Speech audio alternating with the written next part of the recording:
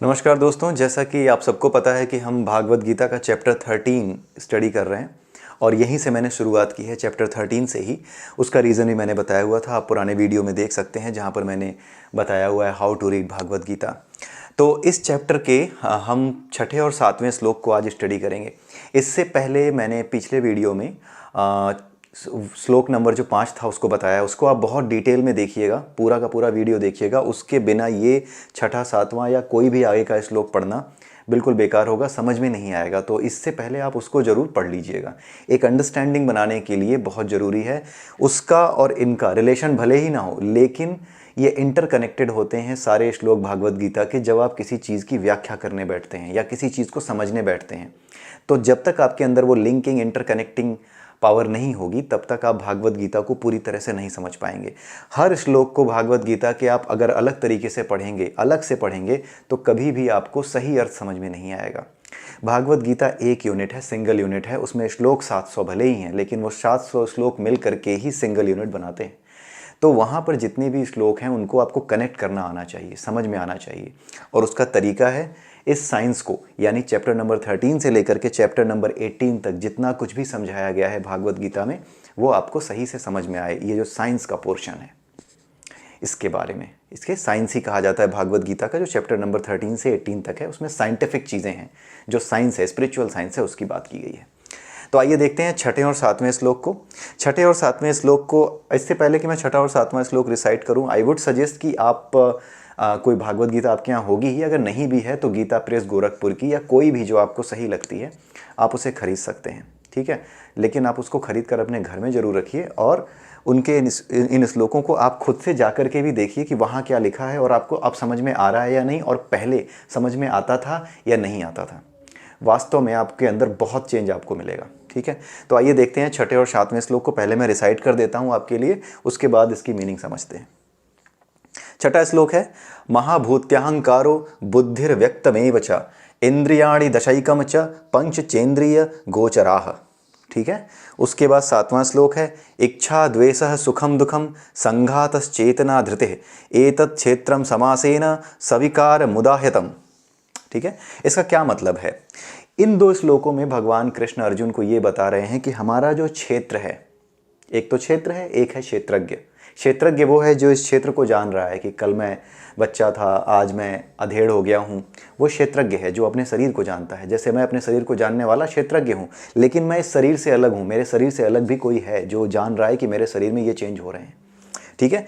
तो वो अलग है, लेकिन यहाँ पर जो बात हो रही है वो बात हो रही है क्षेत्र की, यानी इस शरीर की, कि ये शरीर कितनी चीज़ों से बना हुआ है और क्यों, और कितनी चीज़ों से ये प्रभावित है, ठीक है। तो उसी के बारे में ये बताया गया है कि कितनी चीज़ों से हमारा ये क्षेत्र बना हुआ है। तो सबसे पहले इसमें बताया गया है पंच महाभूत्यहंकारो, यानी पंच महाभूत। पंच महाभूत कौन कौन से? पृथ्वी, जल, अग्नि, वायु, आकाश। ये पंच महाभूत होते हैं, पृथ्वी, जल, अग्नि, वायु, आकाश। इनसे अहंकार, बुद्धि, बुद्धि और अहंकार, ठीक है। बुद्धि और अहंकार उल्टा दिखा दिया मैंने, बुद्धि और अहंकार, इन दो चीज़ों से। उसके अलावा अव्यक्तमेव च, अव्यक्त और अव्यक्त से। अव्यक्त कौन है? अव्यक्त मतलब जो दिखाई न दे लेकिन हमारे ऊपर प्रभाव डाले। तो वो 3 गुण हैं, उनका नाम है सतोगुण, रजोगुण और तमोगुण। इसके बारे में भागवत गीता के अगले चैप्टर में बताया जाएगा, बहुत डिटेल से उसमें बताया गया है। लेकिन अभी आप केवल इनका नाम याद रखिए कि सत, रज और तम, ये 3 गुण हैं जिनकी वजह से हमारे व्यवहार में परिवर्तन दिखाई देता है, या हमारे व्यवहार में जिस तरह के गुण दिखाई देते हैं वो इन्हीं गुणों की अभिव्यक्ति होती हैं। अगर हमारे अंदर कुछ खास आदतें हैं तो उससे हमें पता लग जाता है कि किस गुण में हम स्थित हैं। जो विद्वान होते हैं वो जान जाते हैं कि ये व्यक्ति सतोगुणी है, रजोगुणी है या तमोगुणी है। लोग कहते हैं ना, ही इज़ स्पिरिचुअल, लोग कहते हैं कि ही इज़ मेटलिस्टिक। तो वो क्यों होता है? वो इन्हीं तीनों गुणों के ऊपर नीचे होने की वजह से होता है, ठीक है। तो ये 3 जो अव्यक्त गुण हैं, दिखाई नहीं देते हैं लेकिन ये प्रभाव डालते हैं, ठीक है। इन्हें महसूस किया जा सकता है। जो कुछ दिखता नहीं है उसे महसूस किया जा सकता है, तभी उसके अस्तित्व को स्वीकारा जा सकता है। जैसे गुस्सा हमें दिखता तो नहीं है, लेकिन हमें पता है ना कि गुस्सा आता है उसे महसूस कर सकते हैं। तो जिन चीज़ों को महसूस किया जा सकता है, जिनके प्रभाव को महसूस किया जा सकता है, उस पर ही विश्वास किया जा सकता है। इसीलिए अव्यक्त यानी सत, रज और तम, इन 3 गुणों की वजह से हमारे व्यवहार में जो परिवर्तन आता है उसे हम महसूस कर सकते हैं। तो जिस तरह का परिवर्तन आता है उसे एक नाम देने के लिए कि किस गुण के प्रभाव से ये है, उन गुणों को नाम देने के लिए सत, रज और तम, उन्हें 3 नाम दिए गए हैं। ठीक है, तो ये अव्यक्त गुणों की बात होती है। ये भी हमारे शरीर का हिस्सा होते हैं, हमारे क्षेत्र का हिस्सा होते हैं। उसके बाद आते हैं इंद्रियाणि दशैकम। इंद्रियाणि दश ऐकम, इंद्रियाणि दश यानी 10 इंद्रियां, ऐकम एक और कौन सी? मन। मन भी एक इंद्रिय है। जैसे बाकी इंद्रियां होती हैं, 10 इंद्रियां कौन कौन सी होती हैं? 5 कर्मेंद्रियां हैं जिनसे हम कर्म करते हैं, 5 ज्ञानेंद्रियां हैं जिनसे हम महसूस करते हैं संसार को। आँख, कान, मुंह, ठीक है, आँख, कान, जीभ, ठीक है, त्वचा, ठीक है। तो ये सारी चीज़ें जो 5 ज्ञानेंद्रियां होती हैं, ये 5 ज्ञानेंद्रियां जिनसे हम संसार को महसूस करते हैं, वो ज्ञानेंद्रियां भी हमारे शरीर का हिस्सा, हमारे क्षेत्र का हिस्सा है। उसके अलावा इंद्रिय विषय, ठीक है, इच्छा, द्वेष, सुख, दुख, संघातस, चेतना, धृते, यानी इच्छाएं, हमारे अंदर द्वेष, सुख, दुख की जो भावनाएं होती हैं, ये इन्हीं सभी जो 24 तत्व है ना, इन्हीं सभी 24 तत्वों का मेल होती है, इन्हीं सभी 24 तत्वों के अंतःविकार से, यानी इन्हीं के आपस की जो प्रतिक्रिया होती है, अभिक्रिया होती है, इसी की वजह से ये चीज़ें हमें महसूस होती हैं। इच्छा, द्वेष, सुख, दुख, ये सारी चीज़ें, ठीक है, ये सारी चीज़ें केवल और केवल इन्हीं 24 तत्वों की वजह से होती हैं। अब 24 कैसे हैं? 5 महाभूत है, 5 हुए, बुद्धि, अहंकार 7 हो गए, 5 और 2 7। उसके बाद अव्यक्त, ठीक है, अव्यक्त को 1 गिना जाता है, 1, ठीक है। तो 5 2 7 और 1 8, 8 के बाद 5 ज्ञानेंद्रियां, 5 कर्मेंद्रियां, 10 हुई, 18, 18 के बाद आपका 18 के बाद आपके इंद्रिय विषय। इंद्रिय विषय किसके इंद्रिय विषय? इन 5 ज्ञानेंद्रियों के, जिससे हम संसार को महसूस करते हैं, उनके विषय हैं। जैसे जीभ है, जीभ से भी हम संसार को महसूस करते हैं। क्या महसूस करते हैं? स्वाद को। आँख से देखते हैं, ठीक है, कान से सुनते हैं, त्वचा से जलना, कटना, जो भी है वो महसूस करते हैं। तो इसी तरीके से जो 5 टोटल 5 जो ज्ञानेंद्रियां हैं, उसमें क्या होता है कि इनके 5 विषय होते हैं, उनको कहा जाता है इंद्रिय विषय। विषय कौन सा है? हमारी इंद्रिय जीभ है, तो विषय क्या है? स्वाद है। कान है, तो विषय क्या है? सुनना है।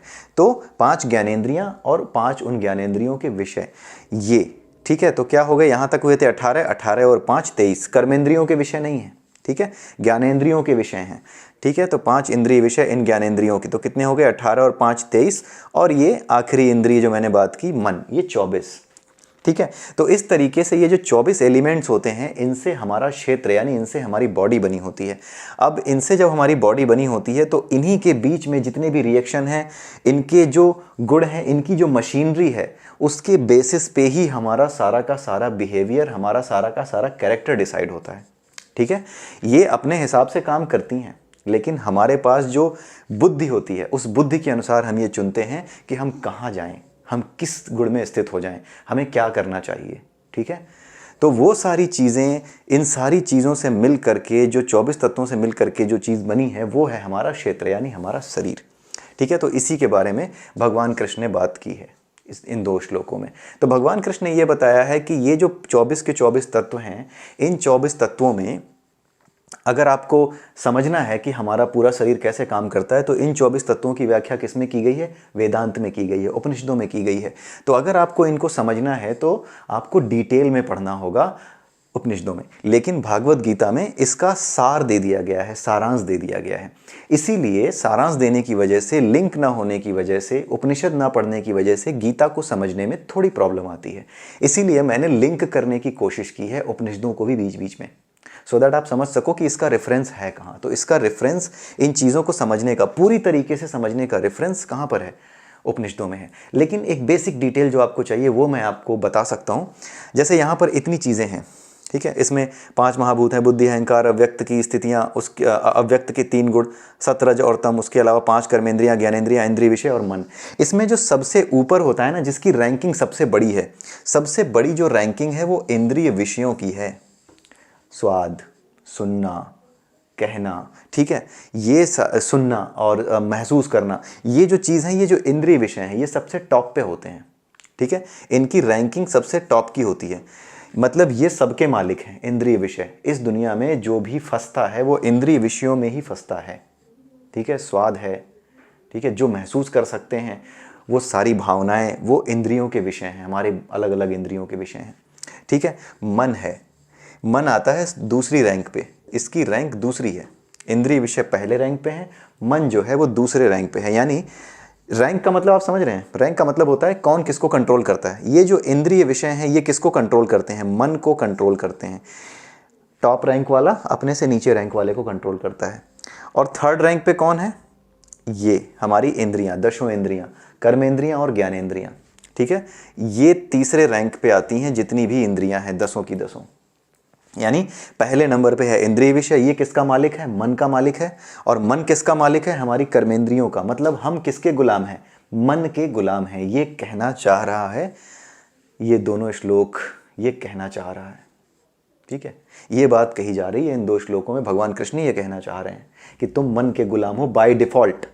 ठीक है, बाय डिफॉल्ट जो मनुष्य होता है वो मन का ही गुलाम होता है। इंद्रिय विषय जो है मन के ऊपर राज करती हैं, मन जो है इन ज्ञानेंद्रियों के ऊपर राज करता है, कर्मेंद्रियों के ऊपर राज करता है। हमारे मन में ही तो कुछ आता है तभी तो हम कुछ करते हैं। अगर हमारे अंदर गुस्सा है, मन में गुस्सा है, ठीक है, हमें गुस्सा आ रहा है, तो क्यों आ रहा है, क्योंकि कोई इंद्रिय विषय है वो पूरा नहीं हो पा रहा। क्यों नहीं पूरा हो पा रहा, क्योंकि किसी वजह से रुकावट आ गई है। जब रुकावट आ गई है तो गुस्सा आ रहा है। मुझे किसी चीज़ को पाना था, वो मुझे मिली नहीं, गुस्सा आया। तो इंद्रिय विषय क्या हुए, इंद्रिय विषयों ने मन को कहा कि यार क्या कुछ करो। मन ने किसको पकड़ा, मन जो है इसी चीज़ को संतुष्ट करता रहता है, अहंकार को। मन सिर्फ अहंकार को संतुष्ट करता है। आप एक छोटा सा एग्जाम्पल समझिए। एक लड़का है, उसने किसी लड़की को प्रपोज किया, ठीक है, उसके सामने प्रस्ताव रखा, मुझसे शादी कर लो। उसने कहा नहीं करूंगी। ठीक है, तो होगा क्या, जो इंद्रिय विषय हैं, इंद्रिय विषय क्या है, उसको प्रेम होता तो इंद्रिय विषय नहीं होते। फिर वहाँ प्रेम एक अलग चीज़ है, प्रेम बिल्कुल अलग चीज़ है। लेकिन अगर उसका प्रेम सिर्फ और सिर्फ आकर्षण की वजह से है, एक इन्फैचुएशन है, तो क्या होगा, वो उसके मन को प्रभावित करेगा। क्यों, क्योंकि फिर वो प्रेम क्या है, वो प्रेम नहीं है, फिर वो इंद्रिय विषय है। ठीक है, वो प्रेम भक्ति नहीं है, फिर वो इंद्रिय विषय है। जो प्रेम इन्फैचुएशन होता है वो इंद्रिय विषय होता है, जिसकी वजह से मन प्रभावित होगा। जब मन को प्रभावित किया जाएगा तो मन क्या कहेगा, ये कहेगा कि यार जो मेरा अहंकार है वो पूरा नहीं हो रहा। तो वो क्या करेगा, अहंकार की जो वास्तविक स्थिति होती है वो कुछ ऐसी होती है कि अगर वो पूरा नहीं होता किसी भी वजह से, तो वो उसे नष्ट कर देना चाहता है, वो उसको देखना नहीं चाहता। तो फिर इसका मन जो है उद्वेलित हो जाएगा, परेशान होगा। ये उठाएगा एक उसकी बोतल, क्या नाम है, तेजाब की बोतल, और जा करके अपने अहंकार को संतुष्ट करने के लिए उसके चेहरे पर फेंक आएगा। ये प्रेम नहीं है, ये इंद्रिय विषय में फंसा हुआ मन है।